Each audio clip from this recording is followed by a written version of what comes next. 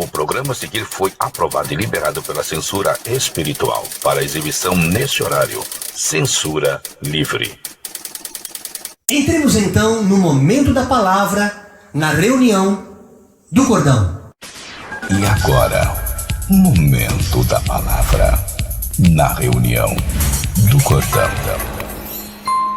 Tema de hoje: Deus não desiste de nós. Segunda carta do apóstolo Pedro, no capítulo 3, verso 9. O Senhor não demora em cumprir a sua promessa, como julgam alguns. Está demorando, esse homem não vem nunca. Que conversa fiada é essa, pastor? Minha avó já dizia, queria voltar, minha avó já subiu para o céu, mas não vejo nada de sinal desse tal de Jesus. Pelo contrário, Ele é paciente com vocês, não querendo que ninguém pereça, mas que todos cheguem ao arrependimento. Não adianta você querer ignorar uma verdade que é espiritual. Deus ele amou o mundo de tal maneira que entregou o seu único filho para que todo aquele que nele cresce não perecesse, desfrutasse o melhor desta terra e ainda desfrutasse da vida eterna. E Deus nos ama tanto, irmãos, mas tanto, que Ele fará o que for necessário para não nos perder. Ele fará com que os seus escolhidos se arrependam e se convertam dos seus pecados para herdarem a vida eterna e reinarem com Ele por toda a eternidade. E essa conversão, ela poderá ser por amor ou pela dor. Você decide. O próprio Jó, no capítulo 5, verso 18, já dizia que ele faz a ferida, mas ele mesmo fecha. Ele fere, mas com as suas mãos ele cura. Todo joelho se dobrará e toda língua confessará que Ele é Deus. É uma questão de falta de sabedoria, falta de inteligência. No mínimo, você se virar ou desprezar esse Deus. Aqui muitas vezes a religião acaba distorcendo esse conceito dessa preocupação que Deus tem conosco, dando a impressão que nós estamos esquecidos, jogados ao léu neste mundo, quando na verdade Deus está esperando tão somente um posicionamento. Eu levei 40 anos da minha vida sem entender esse mistério, porque não havia ninguém que pregasse o evangelho para mim, irmãos. Eu conheci seitas, conheci doutrinas humanas, mas nada que me direcionasse até o momento que eu tive um encontro pessoal com esse Deus. A razão pela qual eu estou posicionando vai fazer 18 anos agora no próximo 12 de outubro, porque eu entendi que a partir do momento que nós damos ouvido a uma mensagem escrita no livro Bíblia, esse texto chama-se Escritura, e neste texto está a palavra de Deus, é como se fosse um WhatsApp, uma mensagem de texto vindo do céu. Você começa a ver tudo diferente. Aí você começa a entender que desde o Antigo ao Novo Testamento nós vemos exemplos da rebeldia, da maldade humana e o tratamento específico, personalité de Deus com cada um desses escolhidos segundo a sua soberania, porque Ele nos escolheu primeiro. Nós temos a presunção de achar, eu escolhi Jesus, eu aceitei Jesus. Não, você apenas abriu o coração para uma escolha que já foi feita desde antes, quando tu estava no ventre da tua mãe, tu já era escolhido. Acontece que muitas pessoas em rebeldia, ou por questão de ignorância espiritual, por negligência em estar na presença desse Deus, não entende o quão importante você é para Ele. E a religião muitas vezes deturpou, fazendo parecer que a única maneira de você ter uma vida relacional com Deus é de maneira eclesiástica, quando na verdade nós carregamos na nossa natureza um espaço que é reservado no nosso coração como templo, como lugar de habitação de Deus. Por isso que nós somos considerados templos do Espírito Santo a partir do momento que nós nos abrimos para esse Deus. E a partir do momento que nos reunimos, como aqui essa noite, junto aos demais irmãos, pastores, esses templos também repletos desta presença, nós nos tornamos igreja, corpo de Cristo. E aí você começa a entender o quão profundo é essa mensagem que Deus está dando aqui para mim essa noite, para levar para você, dessas escolhas que muitas vezes nós, por ignorância, ainda temos chance de nos arrepender, de nos voltar para Ele. Vejamos o exemplo do rei Manassés. Pensa num casca de ferida desse cara, lá do Antigo Testamento. Era rebeldia em pessoa. Ele era o filho do grande rei Ezequias. Ele reinou por 55 anos em Jerusalém. Era moleque, ainda tinha 12 anos, já era rei. O cara era um próprio diabo. Tudo aquilo que Ezequias tinha feito de bom, ele desfez. Altares de macumbaria, de feitiçaria, altares de Baal, que o rei Ezequias, por herança também de seus pais, ele havia destruído tudo. Veio esse rei e acabou reconstruindo. Sacrificou filho em troca de poder. Esse cara era o próprio Satanás na terra, irmãos. Você tem uma ideia que ele é considerado como o monarca mais pecaminoso do reino de Judá. Por ter reintroduzido a idolatria, as maldades que ele fez são incomensuráveis. E Deus falava com este homem. A Bíblia fala que o Senhor falava com ele e com o seu povo, mas Manassés não lhe dava atenção. Ele endurecia o coração para aquela voz de Deus, porque a sua soberba era muito maior. E o escritor aos Hebreus nos diz no capítulo 3, verso 15, que é por isso que se diz que se hoje vocês ouvirem a sua voz, não endureçam o coração como na rebelião. Eu lembro, Deus me traz à memória muitas vezes momentos que eu vivia muito antes de conhecer o Evangelho, que era Deus. mas que eu atribuía aquele milagre, aquele livramento a uma outra entidade, a um outro espírito, dando honra a quem não tinha, por causa da minha ignorância. E continuava na cegueira, atropelando tudo e todos, meus irmãos, porque eu tinha aquela ganância pelo sucesso, pela fama, a fama pela fama, até que Deus me chamou e então eu abri os ouvidos para ele. Mas nesse caso do Manassés, não. Ele endureceu o coração de uma maneira que ele não queria que Deus realmente interferisse no seu dia a dia. E o orgulho, a soberba é algo terrível. O escritor aos Provérbios, ali, capítulo 16, verso 18, o sábio Salomão já dizia que orgulho leva a pessoa à destruição. A vaidade faz cair na desgraça. Isso é uma lei espiritual tão real quanto a lei da gravidade. Não tem como o ser humano fugir disso. Não tem, não. Comigo é diferente. Eu e Deus somos assim. Não tem, irmãos. Até que Deus enviou comandantes do exército assírio para prender Manassés, colocando gancho, não era piercing não, irmão, ganchos no nariz e algemas de bronze. E ele foi levado cativo para a Babilônia. Há pessoas que estão cativas, que não necessariamente com ganchos no nariz, mas vivem em prisões espirituais devido a essa soberba, devido a essa arrogância de não se voltar para Deus. E a própria Escritura nos fala no segundo livro de Crônicas, no capítulo 7, verso 14, que se meu povo que se chama pelo meu nome, ou seja, o povo de Deus, primeiramente se humilhar na minha presença, me buscar, orar e se arrepender dos seus pecados, dos seus maus caminhos, então eu o ouvirei dos céus, perdoarei todos os seus pecados e o curarei, sararei sua terra. E Manassés, no momento de maior angústia, ele teve que se render. Depois que ele foi oprimido pelo próprio Deus, onde Deus manda inimigos reais, o exército foi lá e aprisionou este homem. Aí no segundo livro de Crônicas, no capítulo 33, versos 12 e 13, nos diz a Sagrada Escritura: em sua angústia, ele, Manassés, buscou o favor do Senhor, o seu Deus, e humilhou-se muito diante do Deus dos seus antepassados, o Deus do paizinho dele, o Deus de Ezequias. Ele teve que se render. Quando ele orou, o Senhor ouviu e atendeu o seu pedido, de forma que o trouxe de volta a Jerusalém e a seu reino. E assim Manassés reconheceu que o Senhor é Deus. Não espera que Deus coloque ganchos no teu nariz para você se voltar para Deus. Ainda há tempo de você, por livre e espontânea vontade, entender que sem Ele tu nada pode fazer. Ainda que tu tenhas a presunção de achar que tudo que tu faz no teu campo profissional, pela tua formação intelectual, pelo teu estudo, que interpreta o sonho de Nabucodonosor, pede a Ele que renuncie seus pecados, pratique a justiça e tenha compaixão dos necessitados, para quem sabe então ele pudesse continuar a viver em paz. Ele teve um sonho, ninguém conseguia ter a revelação do significado daquele sonho, daquela árvore frondosa que alcançava o céu, abrigava toda sorte de pássaros, animais que ficavam em volta, e de repente vinha um anjo que cortava aquela árvore, ficavam só tocos com correntes amarradas, e ele acordou numa profunda angústia, mesmo não entendendo o significado daquele sonho. E Deus usou o profeta Daniel para falar com ele e ainda chamar a atenção dele. Se tu te arrependeres, ainda há uma chance de que isso não se materialize. Quantas pessoas que passam por aqui, irmãos, a gente orienta, a gente instrui, e as pessoas pensam que é a palavra de persuasão humana. É o Jairo falando, é o pastor aquele, deixa comigo, eu sei o que eu estou fazendo, e vai seguindo o seu fluxo. Quando na verdade, no momento em que nós estamos através da palavra, alertando, admoestando, exortando alguém acerca das Escrituras, é porque Deus quer que você tenha livramentos e que você prospere. E olha só o que acontece, irmãos. A soberba cegou este homem, que no capítulo 4 de Daniel, versículos 29 a 33, 12 meses depois, olha só, não foi em seguida, passou um ano, ele continuou igual como estava. Quando o rei estava andando no terraço do palácio real da Babilônia, Nabucodonosor parecia um pavão, né? Andando, soberbo, arrogante. Acaso não é esta a grande Babilônia, que eu construí como capital do meu reino, com o meu enorme poder e para a glória da minha majestade? As palavras ainda estavam na sua boca, as palavras estavam ainda nos seus lábios, quando veio do céu uma voz que disse: é isto que está decretado quanto a você, rei Nabucodonosor. Sua autoridade real lhe foi tirada. Você será expulso do meio dos homens, viverá como os animais selvagens e comerá capim como os bois. Passarão 7 tempos até que admita que o Altíssimo domina sobre os reinos dos homens e os dá a quem quer. A sentença sobre Nabucodonosor cumpriu-se imediatamente. Ele foi expulso do meio dos homens e passou a comer capim como os bois. Seu corpo molhou-se com o orvalho do céu, até que seus cabelos e pelos cresceram como as penas de uma águia, e as suas unhas como as garras de uma ave. O homem ficou doido, mano. Aloprou total.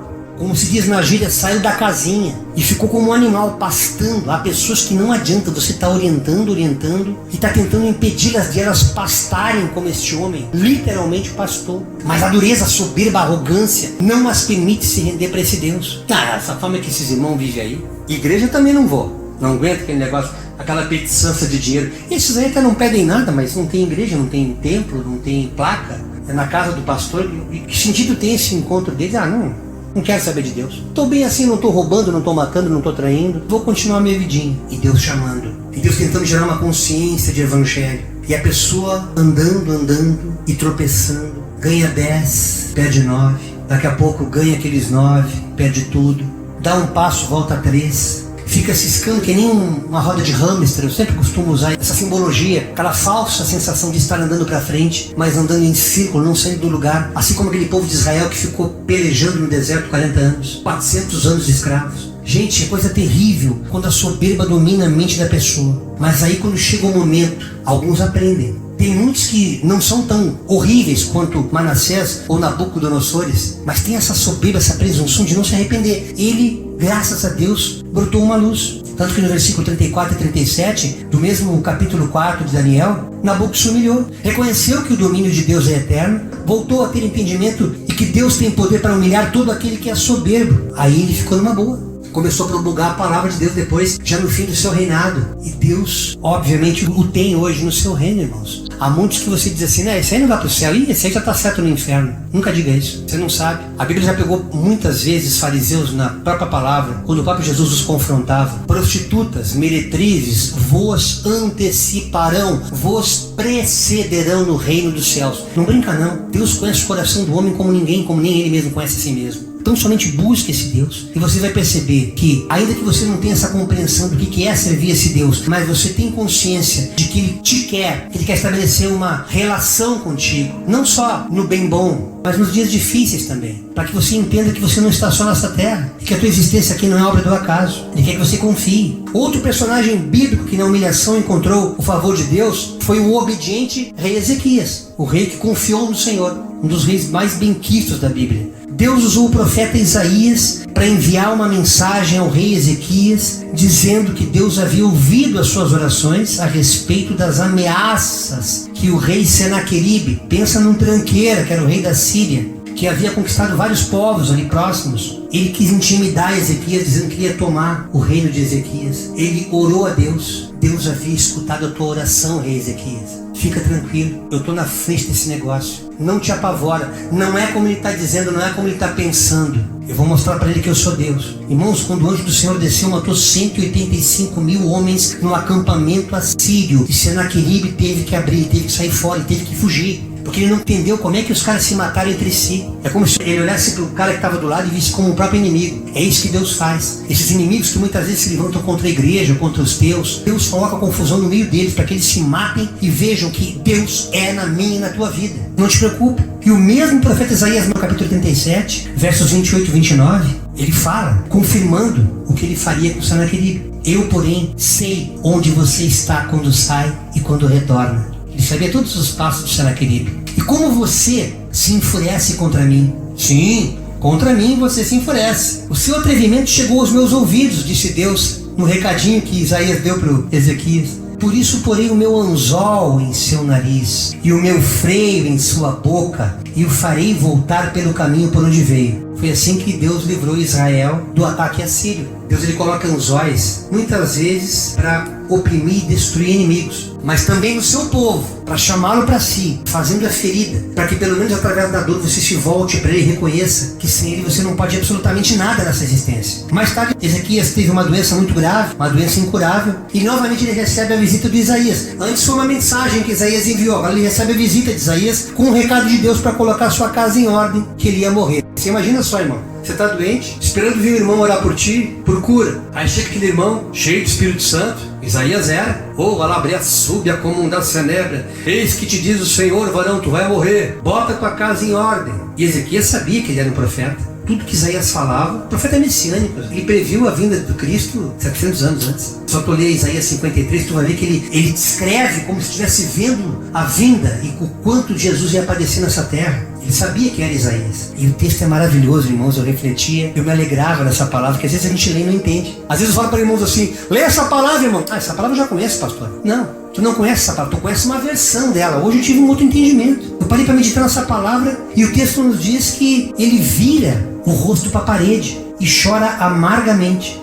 É quando você vê um homem e uma mulher de Deus falando contigo, mas você tem consciência da tua comunhão com Deus. Ezequias tinha. Ele chorou e falou: Senhor, tu tens visto a minha integridade na tua presença. Tu tens visto, Senhor, como está lá em Mateus capítulo 6. Quando eu entro no meu quarto, eu fecho a porta e falo em secreto contigo. E eu sei que em secreto tu vê. Tudo que eu estou falando é verdade, não há mentira em mim. Ele olhando para a parede, irmãos. Ele tirou o foco do profeta e olhou para Deus. Há momentos que, por mais que nós estejamos rodeados de homens e mulheres de Deus, e graças a Deus nós temos alguns aqui, é mistério de Deus e tu e Deus. Haverá momentos que haverá profecias, sentenças, até de morte ou de perda de patrimônio, de falência, como a gente cansa de ver em alguns irmãos. Mas a partir do momento que você dobra o joelho na presença dele, ele muda totalmente a sentença que estava posta sobre ti. Tanto que a partir do momento que ele faz essa oração, o profeta Isaías foi apenas como um carteiro. Imagina ele chegar no portão aqui, dar essa notícia. Não tem nem prazer em fazer um cafezinho para esse aí. Eu não faria um cafezinho para ele, não. Parte embora daqui, como diz o pastor André. Ele não dá tempo de chegar no portão. Deus fala com o profeta de novo: volta lá e fala para ele que eu ouvi o choro dele, eu vi sinceridade no coração dele. Aleluia. Eu não só vou curá-lo, mas eu vou dar 15 anos de vida para ele e ainda vou prosperar o reinado dele. Eu não posso me avançar mais, que o texto é muito longo. Vocês leem depois e vocês vão ver como foi. Até o sol parou, o tempo parou para esse homem. Ele viu coisas sobrenaturais. Entende, escute. Há profetas que vêm para trazer notícias da parte de Deus, e Deus quer nos testar para saber até onde vai a nossa fé. Essa fé que ela vai muito além da circunstância, além da obviedade dos fatos. Essa fé que não está respaldada em condições, porque condições não há para ela ser praticada. Mas Deus coloca no teu coração uma certeza, e a partir do momento que ele chora amargamente, tudo foi transformado. No segundo livro de Crônicas, eu amo esse versículo, no capítulo 20, verso 20, parte B. Creia no Senhor Deus e estarás seguro. Creia em seus profetas e prosperarás.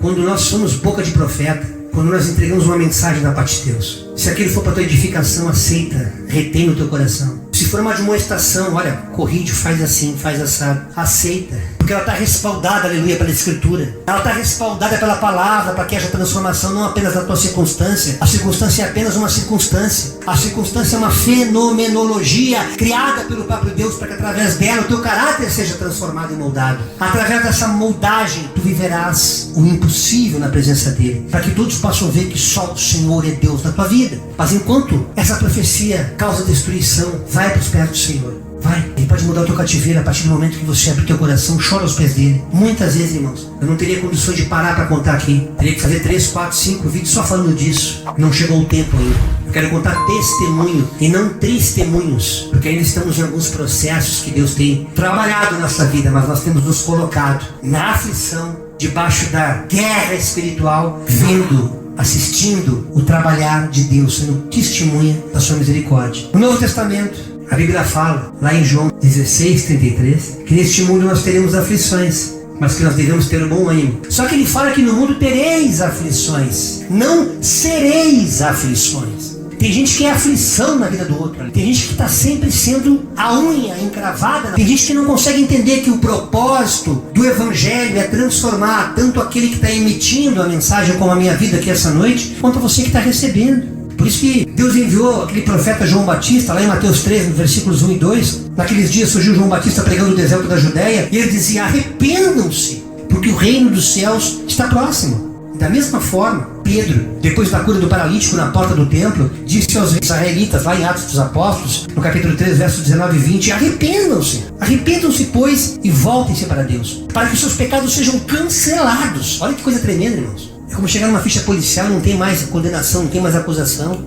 Nenhuma condenação há para aqueles que estão em Cristo, para que venham tempos de descanso da parte do Senhor, e Ele mande o Cristo, aleluia, o qual lhes foi designado. Quem é esse Cristo? Quem é esse ungido? Quem é esse Messias? Jesus.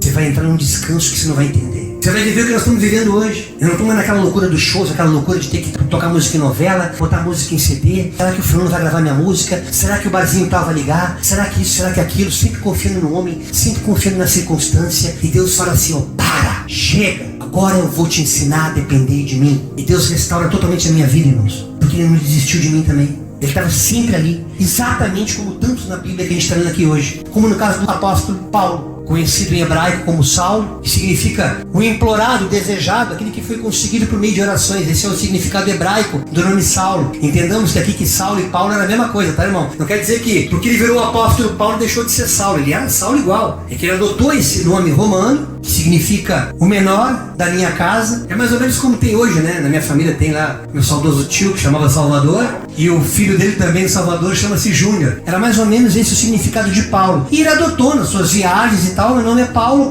eu, o apóstolo Paulo, e ficou como convenção para ele poder anunciar o evangelho. E ali em Atos dos Apóstolos, no capítulo 9, versos de 3 a 6, em sua viagem, quando ele se aproximava de Damasco, de repente brilhou ao seu redor uma luz vinda do céu. Ele caiu por terra e ouviu uma voz que lhe dizia: Saulo, Saulo, por que me persegue? Saulo perguntou: mas quem és tu, Senhor?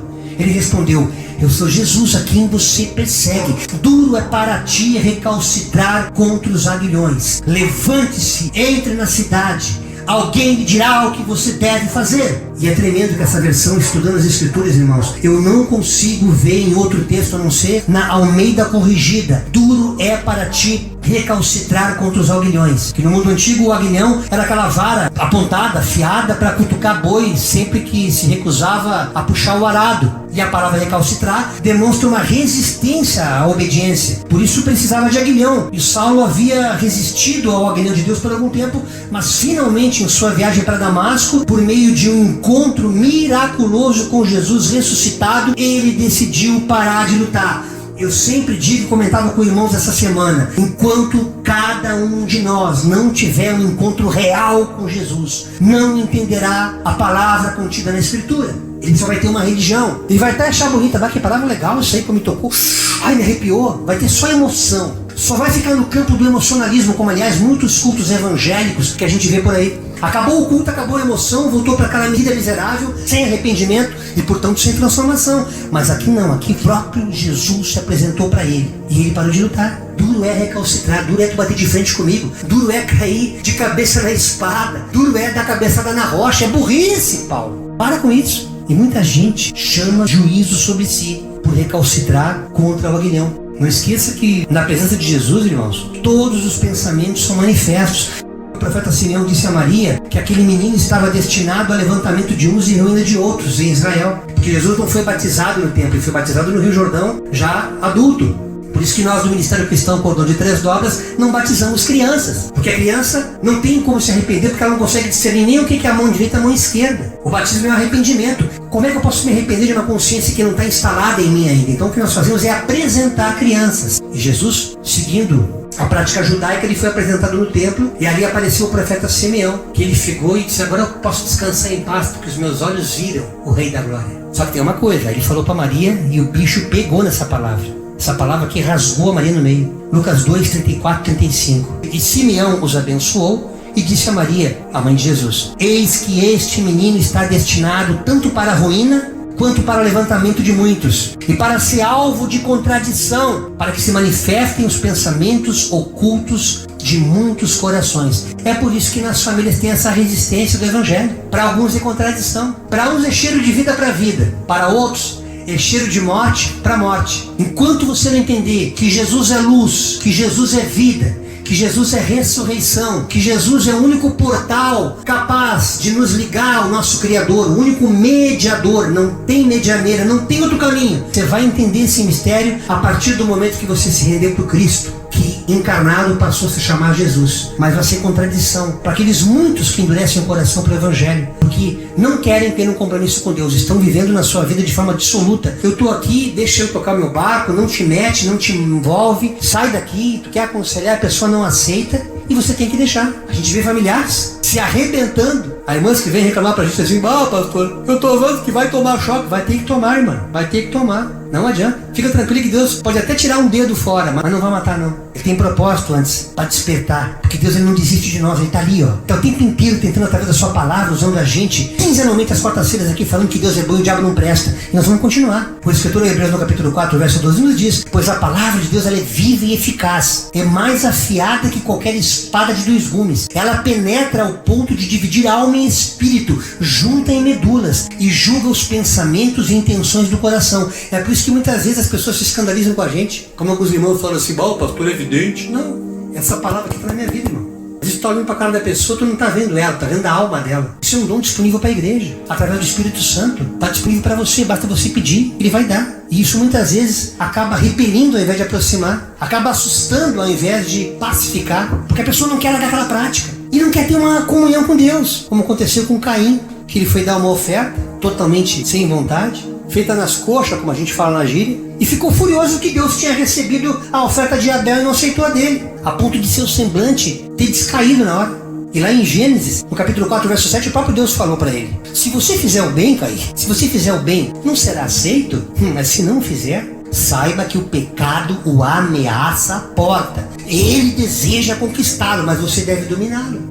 O domínio próprio, que é fruto do Espírito de Deus, ele faz com que nós muitas vezes fujamos de problemas. Os problemas vêm atrás da gente e a gente, joguinho de cintura, como a gente fala. Deus dá sabedoria de tu escapar de perseguições, contratos errados, sentenças que viriam sobre vocês. Eu também fui vítima disso. Tinha um laço misturado com peste perniciosa ali em São Paulo, e eu preferi perder todo um patrimônio do que me meter em cumbuca. Deus falou no meu coração, estava em oração, irmãos. Esquece aquilo lá. Eu tenho muito mais para te dar. E tem dado. E tem multiplicado. Porque eu dependo dele. Eu dependo do meu Deus. Meu Deus, segundo a sua riqueza em glória, de suprir cada uma das minhas e das tuas necessidades através de Cristo Jesus. Eu creio visceralmente. Eu creio nessa palavra. Porque essa palavra, ela é poderosa, ela é viva, ela é eficaz. Ela não é apenas um conteúdo poético, não é uma informação literária, não é uma liturgia, irmãos. É o poder de Deus. É o próprio verbo manifestando o seu poder através de uma informação, de uma mensagem que você está vendo aqui hoje. E é interessante que a gente para analisar todos esses textos que eu passei por aqui agora. Deus repetidamente abriu a porta do Evangelho da Salvação para as pessoas mais improváveis. Vocês já perceberam isso? Aqueles mais tranqueirinhas. É aqueles que muitas vezes Deus incomoda a gente de continuar insistindo. Não abandone. Vai lá, diga, pergunta como é que ele está. Não seja chato, mas também não se afasta. Porque tem pessoas que tem que dar o tempo, né? Tem que deixar ela se revolver na lama e no vômito, para naquele momento que ela precisa de ajuda, você dá mais uma assistência para ela. Se ela insistir em permanecer, deixa ela lá. Não tira de lá. Não tenta ajudar quem está no meio da prova, meu irmão, minha irmã. Para com isso. Vai chamar juízo para ti. A vida tem me ensinado. Tem pessoa que tem que levar choque, sim, para ver se aprende. Como todos esses que passaram aqui pela canga, tiveram que pastar para poder entender que Deus é bom, que Deus quer o melhor para ele. Mas muitos têm que passar por essa aprovação. E pela lógica humana, nós esperamos que os justos sejam salvos. Quando na verdade,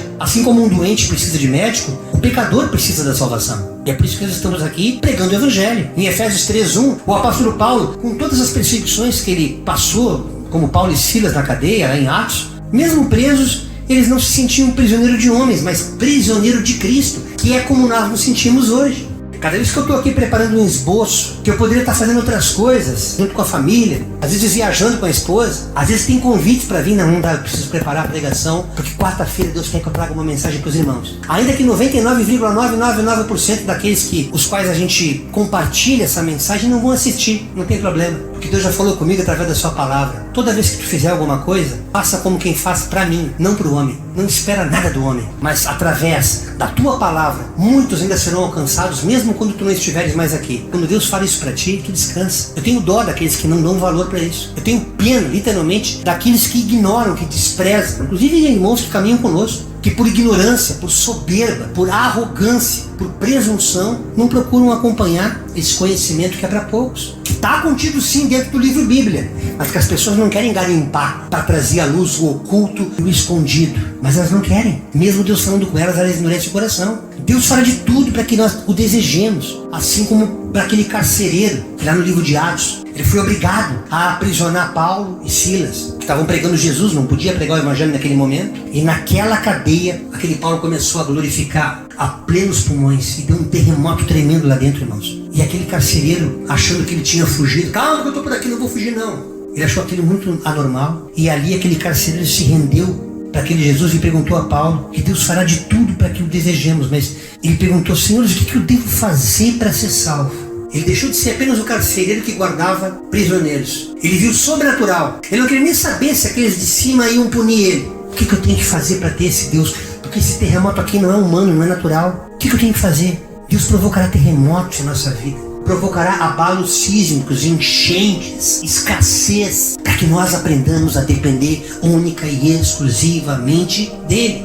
Nesse processo de conversão, quantas vezes, quantos anos eu e a pastora fomos sustentados por cesta básica? Não temos nenhuma vergonha de dizer. Nós nos alegramos porque hoje nós podemos ajudar, a poucos infelizmente, mas ajudamos, com cestas não básicas, porque nós temos essa atitude, essa consciência de que cada qual tem o seu tempo e que no devido tempo eles também vão se render como esse carcereiro. Deus vai provocar terremoto para abalar nossa estrutura e desconstruir a nossa mente cauterizada por essa maldita incredulidade. A gente vê testemunho dos irmãos aqui quando vão se reunir com a família, aquela brincadeirinha que a pessoa está querendo falar e a pessoa blá blá blá blá blá blá blá blá, liga o rádio. É coisa de maluco, irmãos. O que o diabo tem feito nos lares, para que essa verdade não se estabeleça. Mas a partir do momento que o gancho pegar, o anzol te aprisionar, ou tu virar bicho e pastar, como a Bíblia relata aqui, tu vai te render para esse Deus. Veja Romanos, no capítulo 10, versos 9 e 10, nos diz: se você confessar com a sua boca que Jesus é o Senhor e crer em seu coração que Deus o ressuscitou dentre os mortos, tu serás salvo. Pois com o coração se crê para a justiça e com a boca se confessa para salvação. Todavia, fiquemos atentos à hipocrisia religiosa que acredita que pelo fato de uma simples declaração fará de você um crente, um convertido,